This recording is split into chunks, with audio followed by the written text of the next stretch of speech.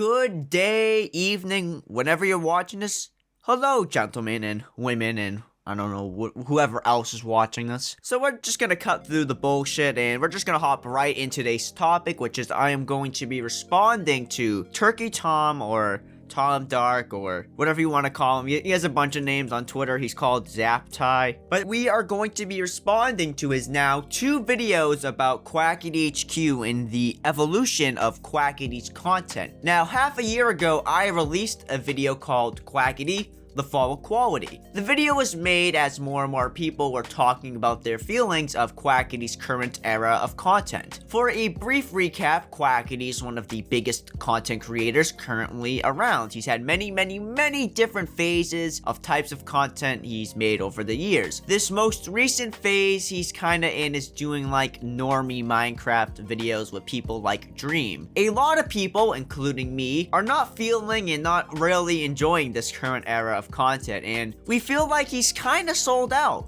Now, Turkey Tom, also known as Tom Dark or Zaptai or whatever, he disagrees. Like I said, he's now made 2 videos on this topic, one on his second channel and now one on his main channel. He goes over his history in these videos and makes a lot of arguments, and some of them I agree with him on. But what I want to argue against is Tom thinking Quackity didn't sell out. Before we begin, I don't hate Quackity or Tom like at all. I respect their content a lot and I think they are great creators, even if I don't agree with everything they have done or do or say now or in the past or in the future. I think this is obvious, but I just want to make it very clear. This video isn't going to be me just slam dunking like Michael Jordan on Tom and Quackity while insulting them every 2 minutes. This isn't that video. This is a polite response to Turkey Tom, just giving him my opinion on why I want to explain why I think he's wrong on this specific topic. Tom's argument for Quackity not being a sellout is that he's clearly happy with what he's doing right now and that he hasn't portrayed any sort of ideals he's previously held to gain popularity or money. You know, in his eyes, Quackity's just a guy who makes funny videos, and he's still making funny videos, so there's no ideals being changed there. And he's always changed up his content. This is nothing new, and he'll keep changing up content as the years go by. Let me start by comparing Quackity to hip-hop artist Tyler, the Creator. You may think this is ridiculous at first, but here's the thing.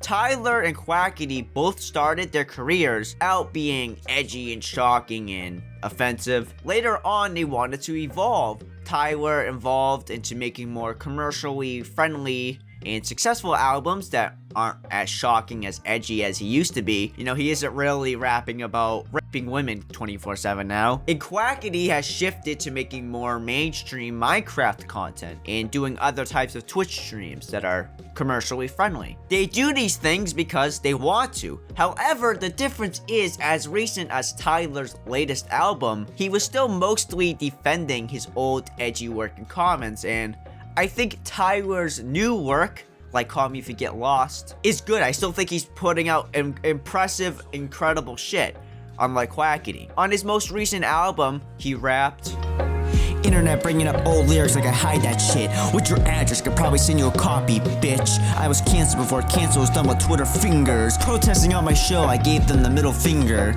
Now, in the song, he does apologize to Selena Gomez for tweeting things like, Selena Gomez is now 18, so she can now legally take my in her. And the song is mostly about coming a long way from his past. Although he's still defending and he's not hiding his older content that got him popular back in the day and recognized by people like Kanye back in the day, and he also isn't really disavowing his fans, at least from as far as I've seen. Now, in Tom's first video about Quackity, he admits to knowing he knows Quackity has been deleting older popular videos. Quackity has made apologies for older jokes that are racist or homophobic or whatever, and he doesn't really defend them, just saying that YouTube was a different place back then and that's just what people did. On Twitter, there's been clips resurfacing of 3 to 5 years ago of me saying some, very offensive terms and very offensive words and just making jokes in really poor taste. These have either been in videos that I've been in or in videos that I made. And first and foremost, I want to apologize for that.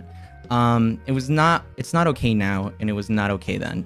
And in recent years, I've kind of come to learn how impactful and hurtful, the usage of these words are. It's not excusable, but I obviously want to give you guys a little bit of context, of those times. Back in those times, YouTube was a very different place. YouTube was home to the kind of humor that was very offensive, and where words like these and terms like these were very normalized.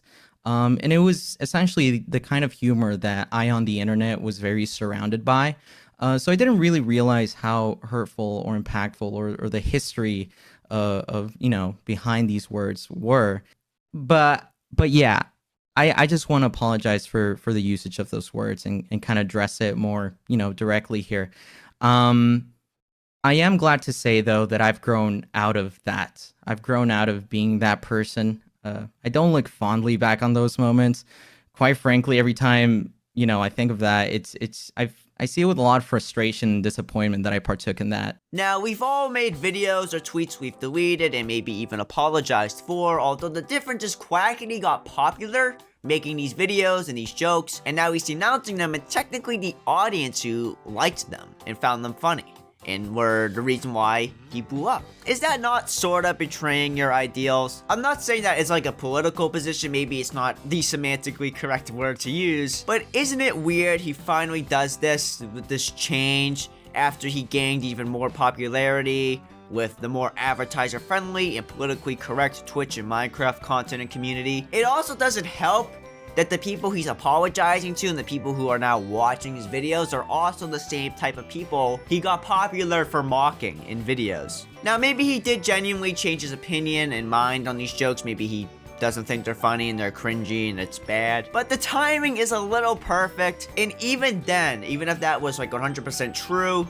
me and everybody else is still free to not like the change. I think it's clear that he sold out to a more mainstream audience, and I kind of can't blame him either. It's not that serious. Hunter Avallone changing from right to left wing is a serious change. Which, by the way, I don't think Hunter Avallone sold out. I think he did the exact opposite. You can watch my video on him if you want to know my full take on the situation. Now, Quackity not doing the Asian eyes anymore and apologizing for it isn't too big of a deal, but like I said, I still feel I can criticize him for doing so, and I don't think it's unreasonable. I know some people who are criticizing him are pretty unreasonable, but at least me specifically with my video and now this video, I feel my criticisms are valid and they're reasonable.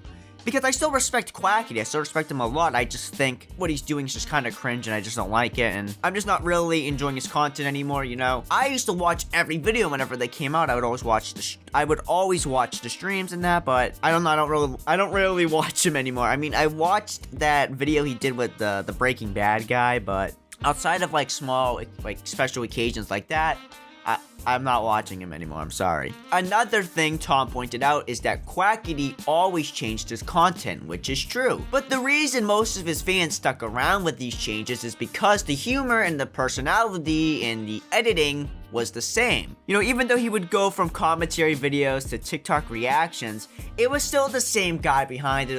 It was still the same editing style, the humor, the personality. Now, the editing and the personality is still the same in these new videos, but it's more neutered and toned down in the humor department. He's still loud and obnoxious, he's got the crazy edits or whatever, but it's just the humor that's just different, this guy was making jokes about Elliot Rodger, and he was doing all this, like, he was edgy, he was a Monkey Jones fan, but not anymore. Again, we can never know the truth whether this was solely a monetary reason or a personal reason, but with the timing, I don't think it's unreasonable to assume what it was. Like I said, I could still be wrong with this, but I don't know, it's a little too convenient in my opinion. And if that's what he wants to do, like I said, it's not a political thing. He's just a guy who makes funny meme videos. But I'm just not gonna watch him. I still respect him, but I'm just not gonna watch him. Now, I agree with Tom that Quackity does appear very happy with his current content, and he will for sure keep switching it up as his career goes on, but I don't think that really helps his argument that he didn't sell out. Like, yeah, if you want to make more money on YouTube through ads or whatever, you can't do certain things. It may suck,